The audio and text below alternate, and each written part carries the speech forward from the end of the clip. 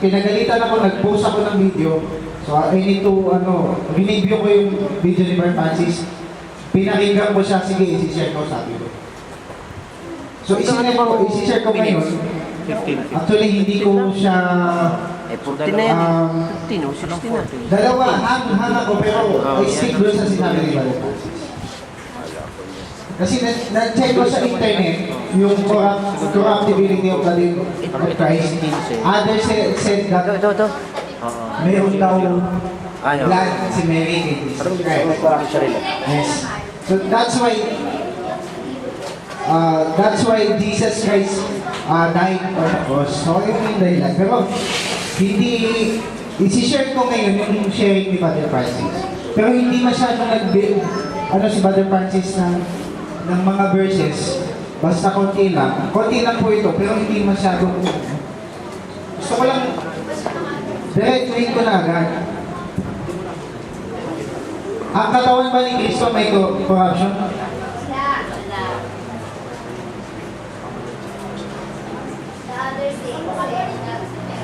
Oh, body. Posible yan, meron. Kung di anak Body man of yan, may corruption yan. Christ. May 16 elements yan. Kung babasahin natin yung Bible, sabi doon,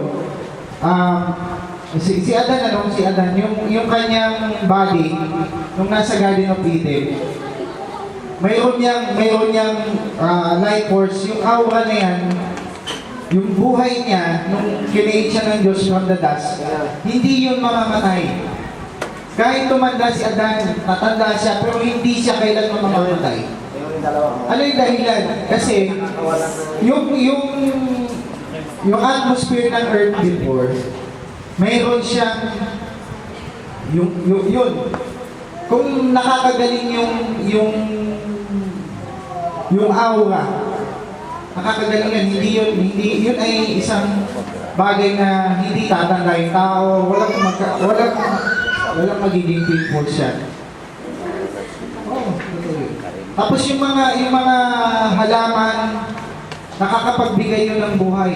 Nakakapagbigay yun ng yung energy, yung force niyan.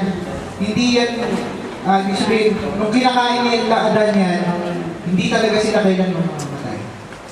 Pero kailan dumating yung kamatayan? Dumating yung kamatayan, basahin natin. For by one man, anong talata yun? Romans 5:6. Pakibasa na. Check natin. Romans 5:26 ba yun? 23. Romans 3:23. Romans 5:28. Romans 3:23. 6:23. For all have sinned. Okay, next talata. Romans chapter 5. 6:23. Yan. 6:23. Yung for by one man. Sabi.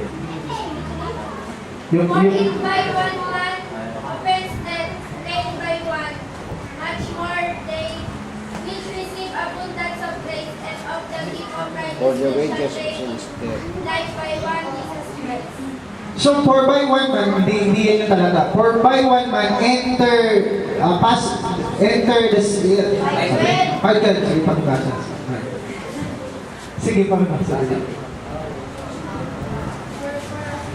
Wherefore as by one man sin entered into the world, and then by sin, so then passed all men. Okay. Sa pamamagitan ng isang tao, yung first Adam, pumasok ang kasalanan. Yung sin, nagkasala siya. Or by one man. Sin entered to whole mankind. Then, yung katawan ni Kristo, katulad ng katawan ni Adan. Pansinin nyo, hindi siya, kahit si Kristo kumakain ng mga pagkain noon, syempre corrupted na yung pagkain, may force, may life, may bagay yun na nakakapagpatanda sa tao. Kung ano kinakain ng tao, nakakapagbigay yun nakaka-apekto yun sa body ng tao. Kaya minsan pag may mga pagkain tayong kinakain, the more na tayo ay nakukurap yung body. Pero si Kristo, kahit siya ay kumain ng pagkain ng time na yun, hindi kailanman mamamatay. Hindi siya kailanman hindi kailanman nakurap dahil wala siyang kasalanan. So, ano yung talata nun? No one seeketh after God. Yung talata, Romans 10 yun. No, not one. No one, no, not one, no man that seeketh after God. Okay? So, paano nakurap yung body ni Cristo? Paano nakurap yung body ni Adam? Type muna, ita-type natin. Nakurap yung body ni Adam because of sin. Nagbago yung DNA, yung genes. Paano nagbago? Yung environment, yung spirit. Tandaan niyo yung spirit, na-hybrid yung spirit. Pag sumama ka doon sa lasinggero, magiging lasinggero ka. Chinek ng sa ito, parang dahil doon sa pag-ano ni Mark Francis pag-share na, nag-check din ako sarili ko, chinek ko din.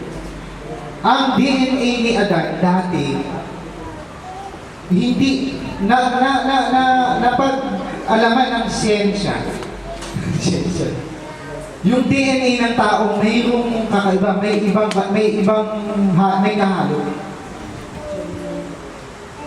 Pero yung kay Kristo, nung siya ay inilagay ng Diyos sa sinapupunan ni Mary, wala namang sinabi doon. Sabi doon, paano ba nabubuo ang isang bata? Nabubuo ang isang bata pag yung egg cell ay pinertilize ng sperm cell. Then nagiging zygote yan. So, ibig sabihin, may binibigay na participation both side. Pero, ang tanong, pumapasok ba yung dugo ng babae sa bata? Kapag siya ay nasa tiyan? According to the science, kung makita mo, nasa laptop ko, hindi ko lang dinala. Sabi doon, kapag ito yung buntis, tapos yung baby, may inunan yan dito sa taas. Nandito yung baby. Nandito yung baby.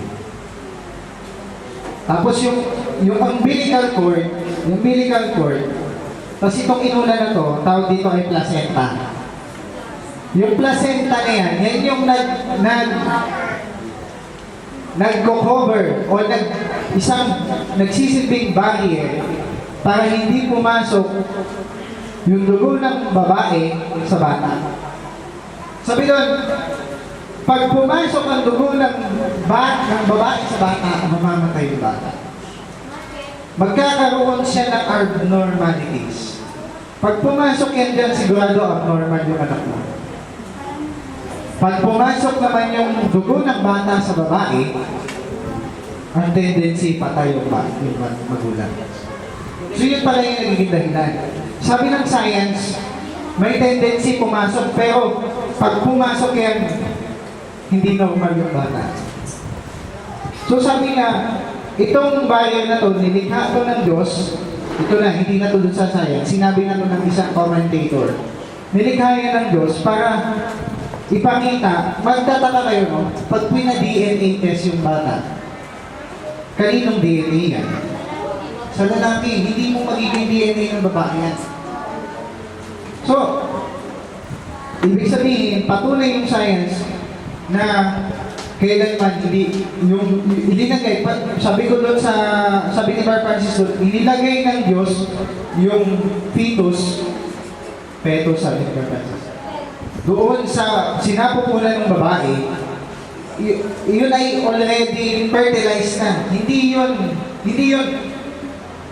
kumuha ang Diyos ng egg cell kay Mary para i-fertilize ng Diyos. Hindi ganun. Kung makikita niyo doon sa talata ng sa Lucas yata yun o sa Matthew. Sabi niya, maglilihi ka, liliniman ka ng Espiritu Santo ba? Liliniman ka at manganganak ka. Okay, ang issue, may kinalaman doon. Pero, ang katawan ni Kristo may corruptibility. Paano siya na-corrupt? Sige. Share ko lang. Kaya na-corrupt yung body ni Kristo, hindi dahil mayroon si Mary, hindi dahil may binigay na dugo si Mary sa kanya.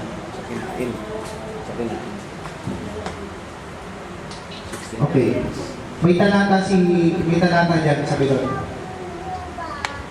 Pakicheck mo na si sa Bible. Imputed. Sin mas imputed. The sin was imputed.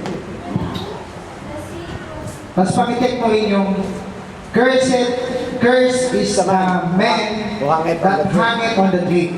Ang tanong doon, bakit siya kinurse? Diba? Sabi ni Brother Barnum, ito yung sa bukod ni Brother Barnum, natuwang-tuwa ang Diyos nung yung anak niya Isaiah 53.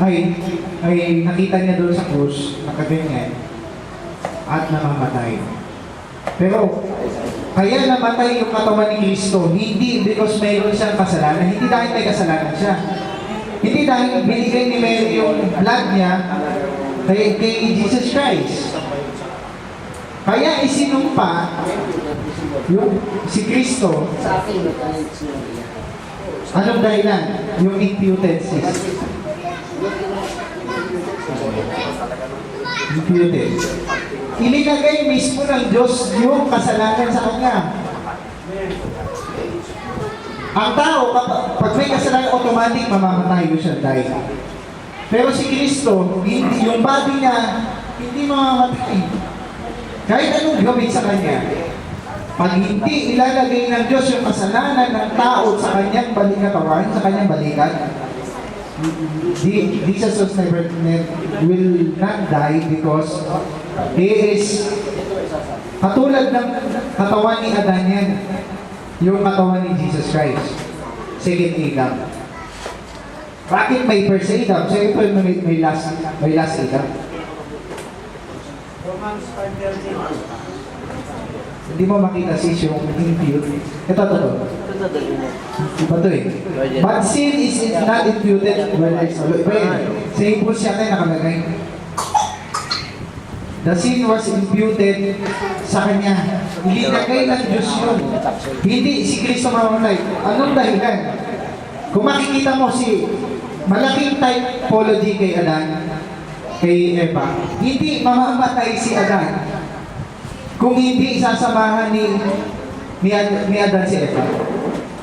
Hindi siya mahihiwalay sa ano ng Diyos, sa presensya ng Diyos. Si Kristo nung time na hindi pa ilinalagay yung lahat na kasalanan ng tao sa kanya, nakikita niya pa yung mga anghel eh. Pero nung ilinagay na ng Diyos lahat, ako blackout na. Yun yung time na sabi ni Adan, yung presence ng Diyos, yun yung time na may anghel na nagbabantay, hindi na sila agad makapasok. So, the corruptibility, magpansin nyo, hindi hinayaan ng Diyos na 72 hours yung body ni Kristo, di ba? Wait, nakalimutan ko din yung talata. Hindi mo makita sis yung imputed. Iba lumalabas. Makihanap mo na lang yung hindi 72 hours, wala nakalagay yung 72 hours yan. Third day, gano'n. Yun din yung sinagot ko, sabi ko, bakit on the third day? Kasi mabubulok yung katawan ni Kristo kasi may kasalanan ilinagay ng Diyos doon. Kaya makokorrupt talaga. May nagsasabi, hindi daw makokorrupt yung body ni Kristo kahit after 72 hours. Tama ba? 72 hours, 3 days. May nagsasabi, 72 hours hindi makukurap. Pero bakit binuhay ng Diyos on the third day? 50 na. Hindi niya hayaang makukurap yung body ng kanyang